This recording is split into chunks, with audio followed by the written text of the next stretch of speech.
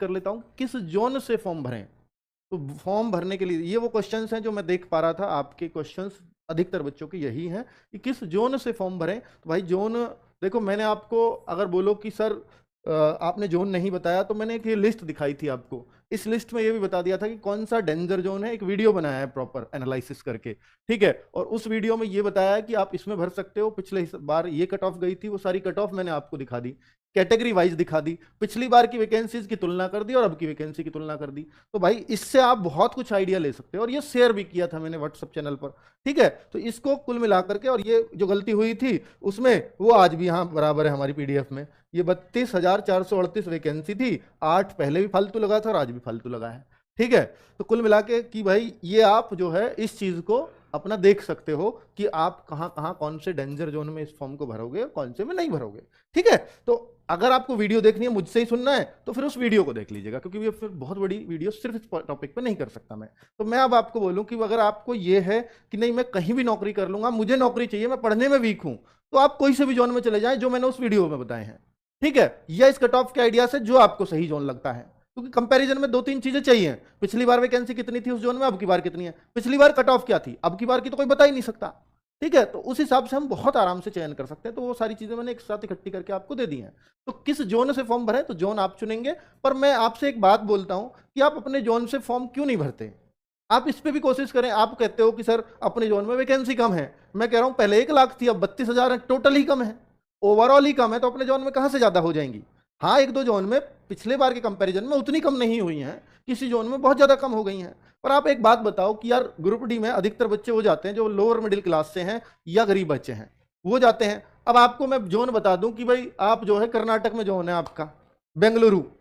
अब बेंगलुरु के लिए अगर आप नॉर्थ इंडिया से जाते हो तो आपका 2-3 बार गए और जाना ही पड़ेगा ज्वाइनिंग से पहले, तो पता है कितना खर्चा आ जाएगा जाने का। अगर आप ट्रेन से भी जाते हो तो वहां फिर रहना भी है, खाना भी है, तो भाई 2-3 दिन के लिए जाओगे भी, ट्रेन में ही 2-3 दिन लगेंगे एक तरफ से, 2-3 दिन दूसरी तरफ से, क्योंकि आप ऐसा राजधानी और शताब्दी का टिकट तो लेके जाओगे नहीं, नॉर्मल एक्सप्रेस का लेकर के जाओगे, क्योंकि मिडिल क्लास की फैमिली है तो इतना हम अफोर्ड नहीं कर सकते। तो वो एक कंडीशंस होती हैं। तो भाई आपको मैं इसलिए कह रहा हूं कि अगर आप ये मानते हो अपने आप को, नहीं सर मैं तो इतना पैसा मेरे पास नहीं है, तो जब आपके पास पैसा ज्यादा नहीं है तो आपके पास मेहनत तो अपनी है ना।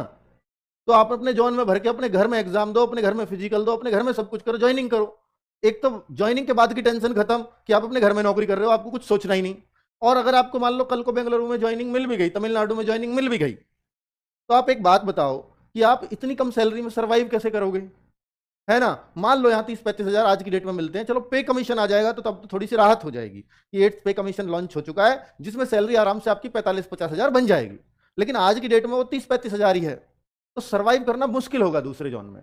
और अगर फैमिली ले गए तो फिर तो कुछ भी नहीं है भाई, कुछ बचेगा, बचाना तो छोड़ो यार, अपना खर्चा पूरा नहीं पड़ेगा, बच्चे को किसी सही स्कूल में पढ़ा भी नहीं पाओगे। तो ये सारी चीजों को अगर सोचोगे तो फिर आपको मतलब सोचने पर मजबूर करेगी ये बात, ठीक है। तो अपने जोन में अधिक मेहनत करके, क्योंकि फिर ऐसा भी नहीं है कि किसी की बहुत ज्यादा बढ़ गई, बहुत ज्यादा घट गई। बहुत ज्यादा किसी जोन की बढ़ना घटना इसलिए हो पाता है क्योंकि हर बच्चा इधर उधर फॉर्म डाल रहा होता है, ठीक है। और अगर सब अपने जोन से भर रहे होंगे तो शायद ना हो, उतना फर्क ना आए, है ना, कट ऑफ में। तो किसी जोन से, और मैं इस वीडियो को बना रहा हूं, कितने लोग देखेंगे और उनमें से हो सकता है 10% लोगों का मन बदले मेरी वीडियो देख करके, और फिर अगर उनमें 10% में से कुछ को अपना जॉन मिल गया तो वो हमेशा सुखी लाइफ रहेंगे कि अगर मुझे दूसरी जॉब भी नहीं मिली तो मैं इसमें अपना जीवन व्यतीत कर लूंगा क्योंकि मैं अपने जोन में हूं, ठीक है। तो बहुत सारी चीजें ऐसी भी हैं।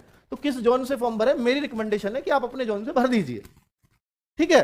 आप ये मानते हैं कि भाई नहीं दूसरे जोन से भरना है, वहां कम कट ऑफ जाएगी, तो फिर तैयार रहिए कि आपको वहां जाना भी पड़ेगा, आपको वहां ज्वाइनिंग भी लेनी पड़ेगी, और आपको कुछ सालों तक तो जरूर जरूर वहां रहना पड़ेगा। ऐसा नहीं है कि आप जाओ ज्वाइनिंग, सिफारिश लगवाऊंगा सीधी रेल मंत्री से और अपने यहां पर आ जाऊंगा। पहली बात तो ऐसा है नहीं कि आप रेल मंत्री से सिफारिश नहीं जारी होगी किसी की, बहुतों की पहुंच भी रही होगी, फिर भी रेल मंत्री जी ये कहेंगे कि यार इतने लोगों को मैं ट्रांसफर ही करवाने लगे तो जोन किस लिए दिए थे इनको, ठीक है।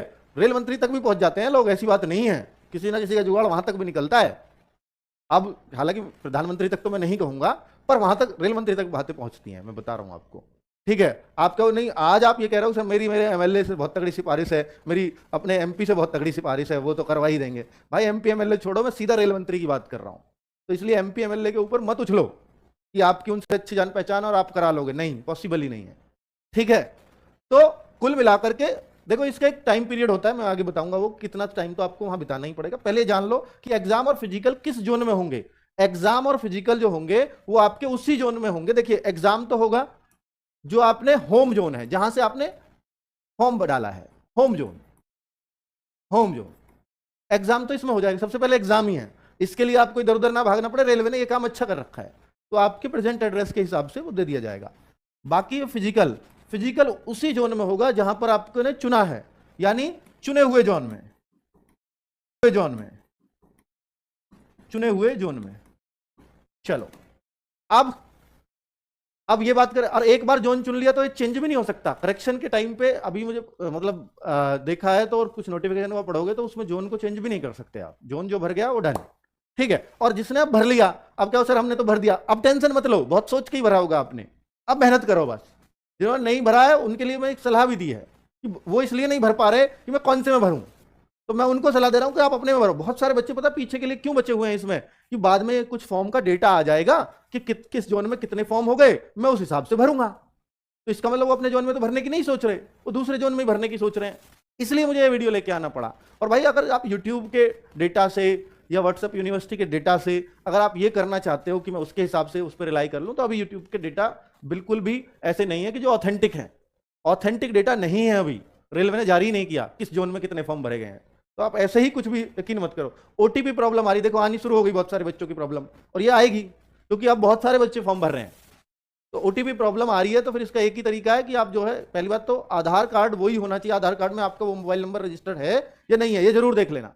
हो सकता है आपने अपने पापा का लगा रखा हो आधार कार्ड, नहीं आपके पापा ने बनवाया हो, अपने पापा ने अपना नंबर दे दिया हो, वहां पे ओटीपी उनके पास जा रहा हो, तो ये भी देख लेना। तो ओटीपी उसी नंबर पर जाएगा जो आपके आधार पर रजिस्टर्ड है, और नहीं है तो उसको रजिस्टर कराना पड़ेगा पहले, ठीक है। कास्ट